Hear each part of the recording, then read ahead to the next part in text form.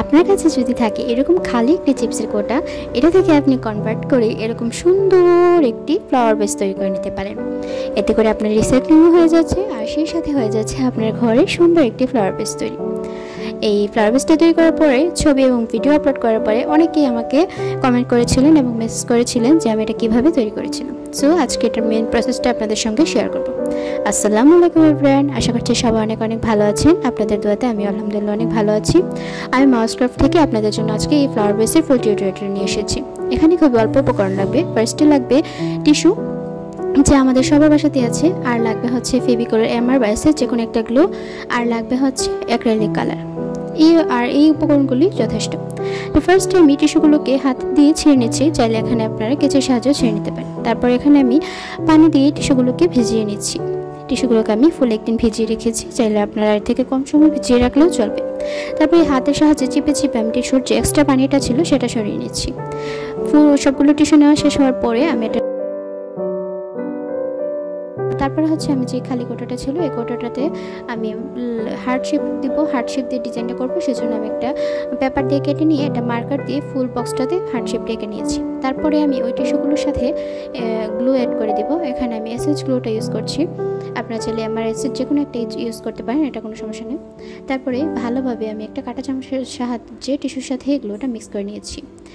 গ্লুর পরিমাণটা আপনাদের টেক্সচার অনুযায়ী কীরকম লাগবে সেটা আপনারা মিক্স করতে করতেই বুঝবেন, যেটা একটা সফট একটা টেক্সচার আসবে ততক্ষণ ইউজ করবেন। তারপরে আমি এখানে রেড কালার, তারপরে হচ্ছে ব্ল্যাক কালার, অরেঞ্জ কালার, মানে আমি ইচ্ছা ছিলাম এখানে একটি মেরুন কালার শেড তৈরি করতে। এটা তো মানে একদম ডার্ক রেড কালার, যেটা সেই কালারটা তৈরি করতে চেয়েছিলাম।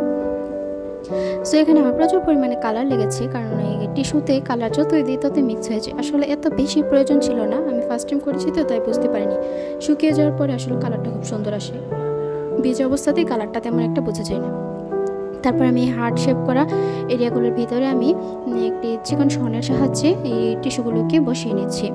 এখানে আপনারা চাইলে এক্সট্রা গ্লু ইউজ করতে পারেন, বাট আমি এখানে অনেকগুলো কালার এবং গ্লু আগে মিক্স করেছি বোধহয়, আমার আর এক্সট্রা কোনো গ্লু ইউজ করার প্রয়োজন পড়েনি। চাইলে আপনাদের প্রয়োজন মতো আপনারা গ্লু ইউজ করতে পারেন। তারপরে হোয়াইট কালারটার সাথে আমি আর একটু মটমাটে অ্যাক্রিলিক হোয়াইট কালারটা মিক্স করে নিয়েছি। তারপরে হচ্ছে লাভ শেপের যে বাকি এরিয়াগুলো থাকে সেই এরিয়াগুলোতে আমি এই হোয়াইট কালারটা দিয়ে ভরাট করে নিচ্ছি।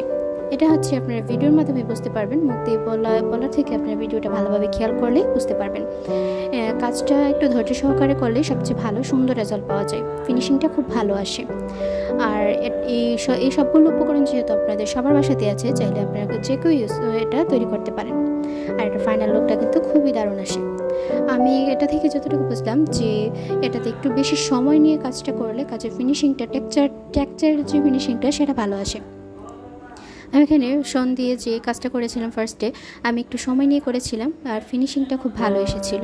পরবর্তীতে আমি একটু ধৈর্য কমে গিয়েছিল, তাই আমি একটু স্পিড বাড়িয়ে দিচ্ছিলাম, আর সেজন্য এই টেক্সচারটা একটু কম সুন্দর এসেছিলো। সো একটু বেশি সময় নিয়ে করলে কাজটা ভালো আসে।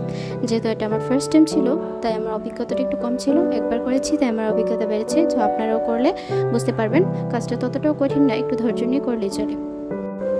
আর আপনাদের সবাইকে অসংখ্য ধন্যবাদ যারা আমাকে এতদিন যাবৎ সাপোর্ট করেছেন, ফলো দিয়েছেন এবং লাইক কমেন্ট শেয়ার করে আমার পেজের পাশে রয়েছেন। আপনাদের সকলের ভালোবাসার কারণেই কিন্তু আমি আজকে কন্টেন্ট মনিটাইজেশনটা পেয়েছি। সবসময় এভাবে ভালোবাসা দিয়ে আমার পেজের পাশে থাকবেন, আমিও আপনাদের জন্য খুব সুন্দর সুন্দর ভিডিও দেওয়ার চেষ্টা করব।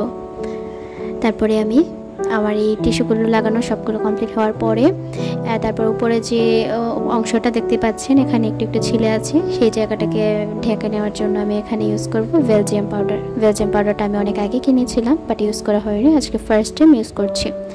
সেখানে আমি প্রয়োজন মতো বেলজিয়াম পাউডার নিয়ে নিচ্ছি। তারপরে বেলজিয়াম পাউডারটার সাথে আমি এখানে মটমার্টের অ্যাক্রিলিক যে গ্লোস মিডিয়ামটা থাকে সেটা ইউজ করছি। এখানে চাইলে আপনারা অন্য যে কোনো বার্নিশ দিয়েও কালারটাকে তৈরি করে নিতে পারেন। এই গোল্ডেন কালারটা এত বেশি গ্লোসি আর এত সুন্দর, যারা ইউজ করেছেন তারা অবশ্যই জানেন, আর যারা ইউজ করেনি তারা একবার হলেও ট্রাই করবেন কালারের সৌন্দর্যটা বোঝার জন্য। তারপরে হচ্ছে কালারটা ভালোভাবে বসছিল না, কারণ এখানে টেক্সচারটা প্লেন ছিল, তাই একটু আর এটাতে অন্য একটা কালার অ্যাপ্লাই করে আমি ভালোভাবে এটাকে সেট করে নিয়েছি। তারপরে এখানে আমি দেখছিলাম যে আমার গোল্ডেন স্টোনের চেন ছিল সেটা ভালো লাগছে নাকি হাফ পার্টগুলো ভালো লাগছে। তারপরে আমি এখানে একটি আমার যে ক্লিপের বউগুলো ছিল সেই বউগুলো নিয়ে নিচ্ছিলাম, যে কোন কালারটা বেশি মানায়, হোয়াইট কালার নাকি এই কালার রেড কালারটা। তারপরে এটা রেড কালার না, এটা হচ্ছে মেরুন কালার টাইপের, এরকম একটা ডার্ক একটা কালার।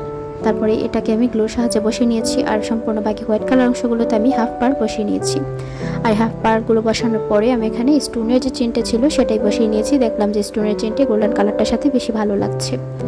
এটা দূর থেকে ততটা বোঝা যায় না, তবে কাছ থেকে বোঝা যায়। চাইলে আপনারা এগুলো স্কিপ করতে পারেন, আপনাদের হাতে নাগালে যা আছে তার মাধ্যমে কাজটি করতে পারেন।